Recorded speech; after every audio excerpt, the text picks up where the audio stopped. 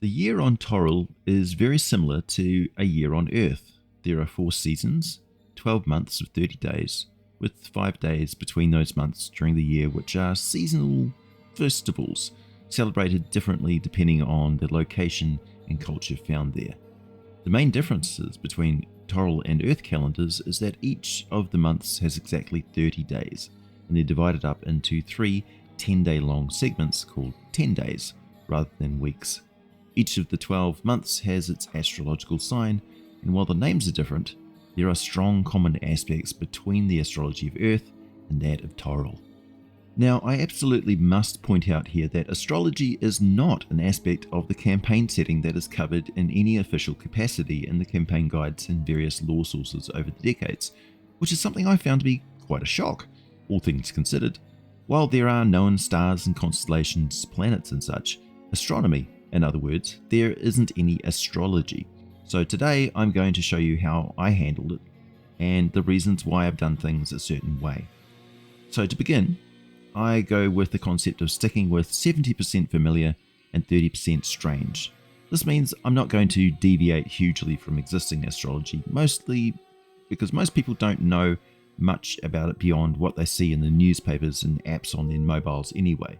I just happen to have studied the subject fairly intensely way back in the early 90s, so I have the advantage of already knowing the subject material pretty well to begin with, and being able to treat the subject with a bit of authenticity and respect. I'm not here to sell you on the idea of astrology. This is a nerdy video about a fantasy world, no more, no less. But at the end of it, you should have a much better idea of how astrology can fit very comfortably into the Forgotten Realms, and I hope make good use of it to enrich your games and world building. To give you an example of how I would use it, imagine a dwarven master stonemason who is selecting a new apprentice to train from a few youngsters in the clan. He's not familiar with them. They come from a very large clan, perhaps as many as 5,000 dwarves living and working in a township. He knows their family names, but nothing much else about them. So naturally, he'll ask some questions. His first question is, what month were you born? Young Thurngood is the first to answer. He says, Flame Rule, and the stonemason nods, looking to the next dwarf, who speaks up and says that they were born at the beginning of Ches, which was, well, the stonemason actually rolls his eyes a little and frowns before looking to the last dwarf, who says he was born at the second 10 day of Elael, to which the master mason looks relieved. He turns back to the other two and says to the individual born in the month of Ches, also known as the Claw of Sunsets, thank you for coming in. You've some good work and your father's tools are excellent, but you should know this is not the life for you. Oh, it may go well as you learn and face challenges, but come 10 or 20 years and you will be deeply unsatisfied with this life. So no, I can't be leading you down the wrong road, lad. You best be off. Go see Fulgrim. She's looking for some recruits to her guards and rangers. That would suit you better. I appreciate your respect for your father's example, but you'll never be the craftsmaster he was, alright? Turning to the first to answer, he looks the lad over. A fine dwarven fellow, popular and motivated, no doubt. Lad, I appreciate you coming in as well, but there's no fame and fortune to be made in this workshop. I'm very light with the praise and expect many long and back-breaking hours of hard, boring work, which I don't doubt you could do for a while, and do it very well, but again, in the decades to come, you'll be unfulfilled by this work, frustrated that nobody knows your name, tired of the same old faces and same old tools day after day. No, lad, there's only one choice from the 3 of you. And cutting off any objections, he held out a calloused hand and clapped the last candidate on the shoulder. Born under the sign of the Anvil, your heart craves the ring of hammer on chisel. Your eyes find delight in a precisely fitting block. You want to learn the language of stone, don't you, lad? Yes, this is the life for you. As though Moradin had put you in these mountains for just this. You were literally born to be a mason or a smith. Come, take your tools inside. It's time to get to work. Dwarves are very traditionally minded, and to them it makes perfect sense that each dwarf is made by Moradin to be particularly well suited to a specific role in society. Given a choice in the matter, there really was no choice between these 3 candidates for the Master Mason. and nobody would question his reasons. He could have gone against his logic, of course. There are any number of other qualities which go into making a good mason, and if two of the applicants had been born in the same month, maybe he would have gone with more specific personal traits, but in this case, the month they were born was all he needed to know. Right or wrong, only time can tell. But with an average lifespan of 3 centuries, plenty of time is a luxury that all dwarves share, along with the practical wisdom of plenty of experience. Let's get into the details now and go over the months of the year and the signs that govern them, and here is where the 70% familiarity will become very clear to you. Where the symbols, mythology, and links to an individual's nature come from, we don't really know. The secrets of the ancient past and long-lost empires is a whole point of the Forgotten Realms, but I like to think that even as far back as the Age of Thunder, some 35,000 years ago, when the empire of Serpent mages dominated the very different landscape and climate, the observations and symbols of astrology developed alongside the study of magic, with the Saruk empires actively collecting, hoarding, and delving deeply into the mystic wisdom of other races they encountered and dominated. This deep history is the reason that almost all of the civilizations on Toril now share these same symbols and meanings. In the month of Hammer, the equivalent of January, it is the month also known as Deep Winter in Toril. On Earth, the star sign Aquarius is given to places, things, and people who begin or were born from January 21st to February 18th. But to keep it simple, anyone on Toril born in the 30 days of Hammer have the star sign called Elael, or the Songsmith in the common tongue, and it is the equivalent of Aquarius, the water bearer, in its specific personality traits. So, let's go through them all for all 12 months of the year. Hammer, or Deep Winter. Elael, the Songsmith. This is equivalent to January, Aquarius, the water bearer. Individuals born under the sign of the Songsmith are creative, humanitarian, and independent, with a love of music, art, and self-expression. However, they can be aloof and some seem cold-hearted. They are natural rebels, always seeking to challenge the status quo and create a better world through their imagination and innovation. Songsmith individuals are unconventional, unpredictable, and charming, always seeking to inspire and uplift others through their art and through their example. They're also known to be very frank and honest people, intolerant of lies and deception. Elael is seen as the hope of spring and the pure white snow of winter. Their love of freedom and non-conformity can sometimes make them seem erratic or unpredictable, but their vision and creativity always guide them towards the path of progress and revolution. The Songsmith is a constellation based on an ancient elven fable about a mage who crafts a song so pure and sweet that even the gods are humbled. It is part of the larger Alturiel or lion constellation, forming the voice of the lion.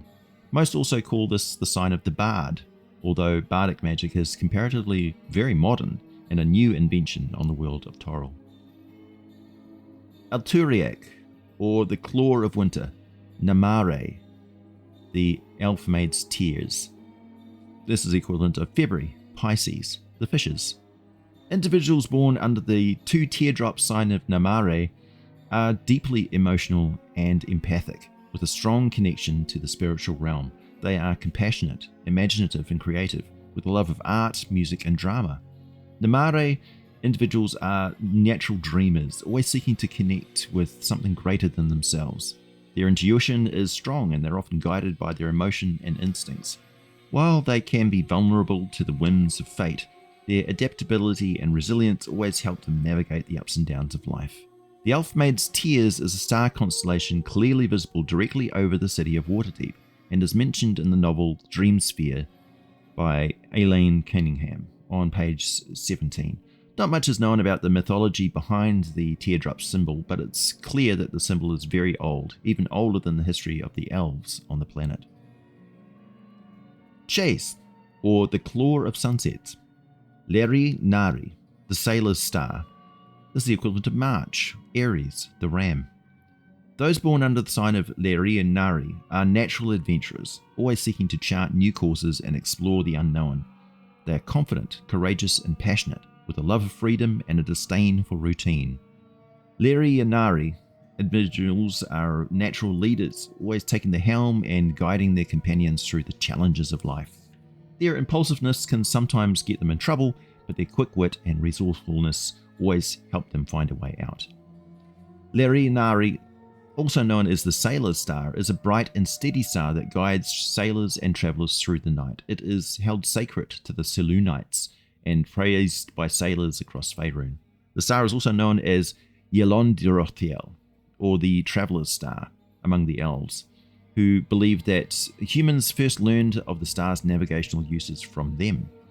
Those from beyond Toril are often struck by how much the symbol looks like a compass, and those from Toril who acquire maps from other worlds are often perplexed that the symbol for Leriynari appears on them. Tarsak, or the Claw of Storms. Khorni, the Horn, is the equivalent of April. Taurus, the Bull. Those born under the sign of Khorni are practical, dependable, and determined individuals with a love of stability and security. They are patient, persistent, and hard-working, often seeking to build a strong foundation for themselves and their loved ones. Khorni individuals are natural craftsmen, always taking pride in their work and seeking to create something of lasting value. Their stubbornness can sometimes make them seem inflexible, but their loyalty and dedication to their loved ones are unwavering. The Horn is a constellation representing good fortune, wealth, and fertility. It's associated with the goddess of Wokin, especially among the societies of Am, Tethir, and the Western Heartlands. The elves know this constellation as Shanshibal, the mystic cornucopia, and it is sacred to the priesthood of Eodrifenia. The Hin, or halflings, know this as a symbol of their creator goddess, Yondala. Myrtle, or the melting. Jestarin, the jester, is the equivalent of May, Gemini, the twins. Individuals born under the sign of Jestarin are quick-witted, curious, and adaptable, with a love of learning and a thirst for knowledge. They're natural communicators, always seeking to share their ideas and connect with others. Jestarin individuals are mischievous, playful, always seeking and looking for the humor in life and the irony in every situation. Their restlessness can sometimes make them seem scattered or easily distracted, but their versatility and creativity always help keep them one step ahead of the game. The Jester constellation shines brightest in the month of Iliant, especially around the festival of High Harvest Tide. Humans and halflings know this constellation as the Jester, while among elves it is associated with the myth of the Dancer, a figure that has become associated with Elael, the Dark Maiden, daughter of Lolth, who seeks to reunite the elven people. Kythorn, or the Time of Flowers. Chaldirs, the Chalice, is the equivalent of June, Cancer, the crab. Those born under the sign of Chaldirs are nurturing, protective, and loyal individuals with a deep connection to family and community. They are emotional, sensitive, and empathic, always seeking to care for and support those they love.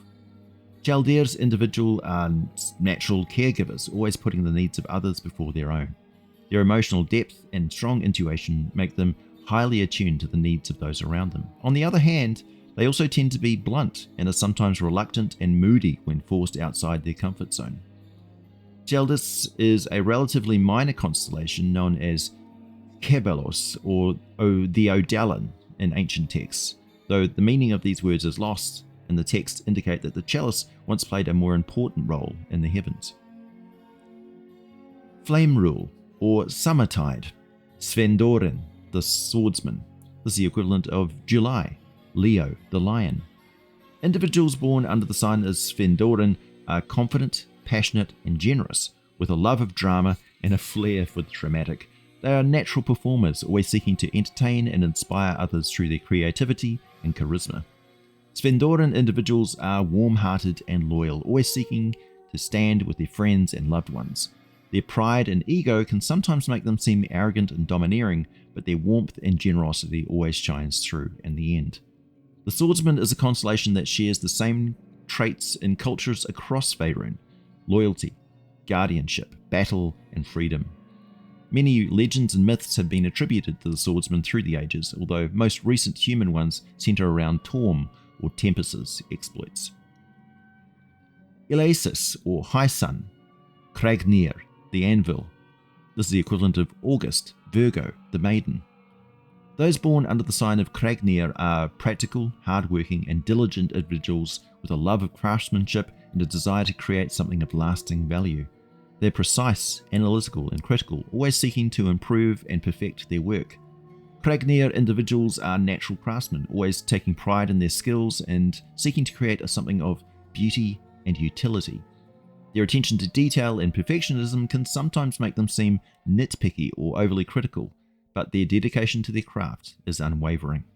The Anvil is a constellation known as Jestarin's throne to humans, named after the legendary Queen Jestarin of Azram. To dwarves, the constellation is known as the Anvil and holds great religious significance to them, especially in relation to the Church of Moradin. Eliant, or the Fading. Tymori, the King's Coin. This is the equivalent of September. Libra, the Scales.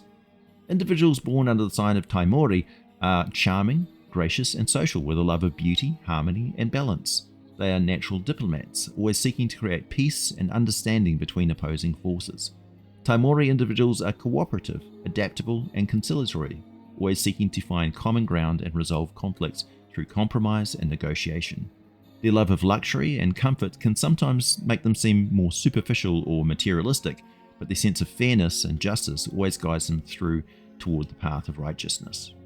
The King's Coin is a brightly shining yellowish star that forms the pommel of the sword of the Swordsman constellation. It is traditionally held to foretell the lives of Faerun's rulers, and many tales through the ages tell of the coin glowing brightly at the birth of rulers destined for greatness. Elven legends, however, take a much darker view of the star, knowing it as the Kingslayer and associating it with the goddess Tymora, the chaotic good deity of good fortune, skill, and adventurers in the Faerunian pantheon. Marpenoth, or Leaffall. Maerizik, the Serpent. This is the equivalent of October. Scorpio, the Scorpion. Those born under the sign of Maerizik are intense, profound, and transformative individuals with a love of mystery and a fascination with the unknown. They are passionate, private, and perceptive, always seeking to penetrate to the heart of any matter. Maerizik individuals are natural alchemists, always seeking to transform and transmute base materials into something of greater value. Their power and intensity can sometimes make them seem overwhelming or intimidating, but their compassion and empathy always guide them toward the path of healing and growth. The Serpent is a constellation named by the inhabitants of ancient Rurin. In their legends, Maerizik was a huge, evil serpent that would one day descend from the skies at the end of the world to devour the sun. To the nomads of the Shah, the serpent is a god counterpart of Ulazirin, the lion, personified by the Swordsman constellation.